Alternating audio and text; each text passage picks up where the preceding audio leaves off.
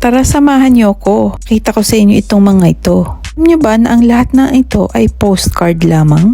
Pero tingnan mo naman ang quality niya, parang totoo. Parang nag-iihaw ka ng isda, diba? At dahil nga may 4 seasons dito sa Japan, ang mga design ng postcard nila ay seasonal din. Kaya ang design nila ay nag-iihaw ng isda dahil ang isda na iyan ay samma.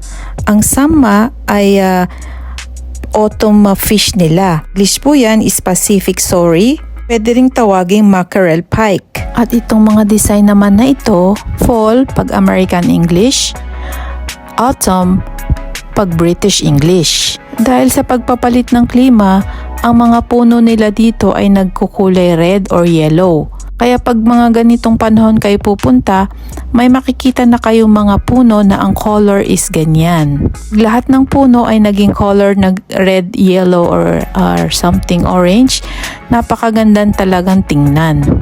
At dahil nga sa mga panahon na yan ay mas mahaba na ang dilim, diyan nila po na-i-enjoy ang pagbabasa ng mga libro dahil at ang mga pagkain po talaga is talagang napakasarap na dahil yan po ang season ng pag-harvest ng mga bagong palay o bagong mga klase ng rice. Kaya tingnan mo yung kanilang mga gawa, talagang napakabusisi ng pagkakagawa naman talaga at napakagandang tingnan. Kaya ang pagbibigyan mo niyan talaga ay talagang matutuwa sa sobrang ganda ng kanilang gawa. Kaya naman hindi ako pumayag na hindi man lang ako makabili kahit isa or dalawang postcard na ito. Tingnan mo, meron pa silang pa-music dyan. Ang ganda. At sa mga panahon na ito, ang ganda rin ng kanilang full moon talaga. Pag tinignan mo talagang napakabilog na bilog, napakagandang tingnan. Kami ka talagang ma-appreciate dito sa Japan, lalo na sa mga arts nilang ganyan. Dito naman sa kabila is nagre-represent naman ng summer. Ayan, diba kuhang-kuha nila yung kanilang fireworks festival. Kung nakapanood ka na niyan dito sa Japan or kahit sa lugar na nasaan ka, may mga fireworks festival din naman dyan, diba? Pero tingnan mo na yung pagkakagawa nila, ang ganda-ganda. Gaya nga ng sinabi ko sa inyo kanina, napakabusisi ng kanilang pagkakagawa. Kaya naman naka-detailed ang bawat kanilang postcard. Talaga makikita mo yung pag binigyan ka ng isang postcard, talagang makikita mo na yung story ng Japan or parang nakita mo na rin yung season dito sa Japan.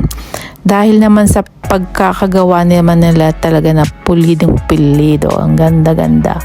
Dahil bawat gawa nila ay talagang pinag-iisipan nila na makita mo ang istorya ng kanilang gustong ibigay sa iyo.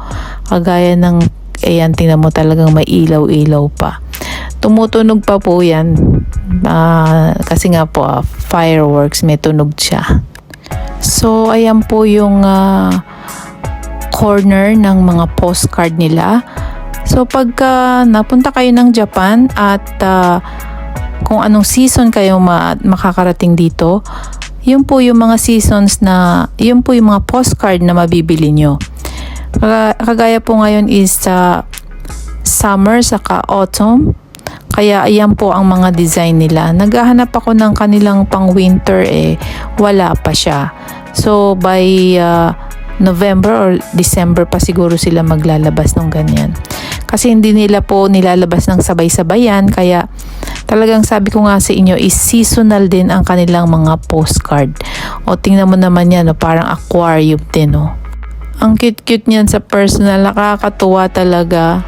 Ay nako, kung uso pa rin talaga yung magpadala ka ng mga postcard sa mga kaibigan mo, ang sarap sigurong mamili niyan habang nagsusulat ka, naiisip mo yung pagbibigyan mo. Talagang matutuwa sila pag nakita nila yung napili mo para sa kanila. Hindi lang postcard yan basta-basta dahil pwede mo siyang ipang-display, diba? Dahil sa ganda niya.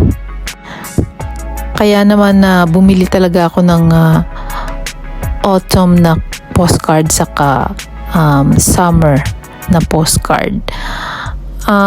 Later, papakita ko sa inyo yon pagka binuksan ko na. Wala pa kasi akong pagbibigyan, pero siguro hindi ko na siguro ipamimigay. Gagamitin ko na lang siya, i-display ko na lang sa aking house. Dahil naman sa sobrang ganda niya, talagang parang gusto mo na lang talagang sarilinin at i-display sa sarili mong bahay.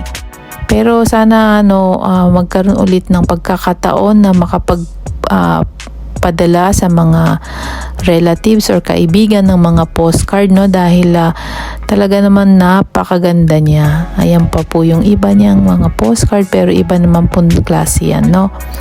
Sana makarating kayo dito at makita nyo ang pagkagandang mga postcard din dito sa Japan, at talaga namang hindi kayo magsisisi at talaga mag-i-enjoy kayong tumingin, at baka mapabili rin kayo kagaya ko, di ba? Ayan pa yung iba. Ang dami talaga. Ay nako, ang sarap mamili talaga dito sa Japan.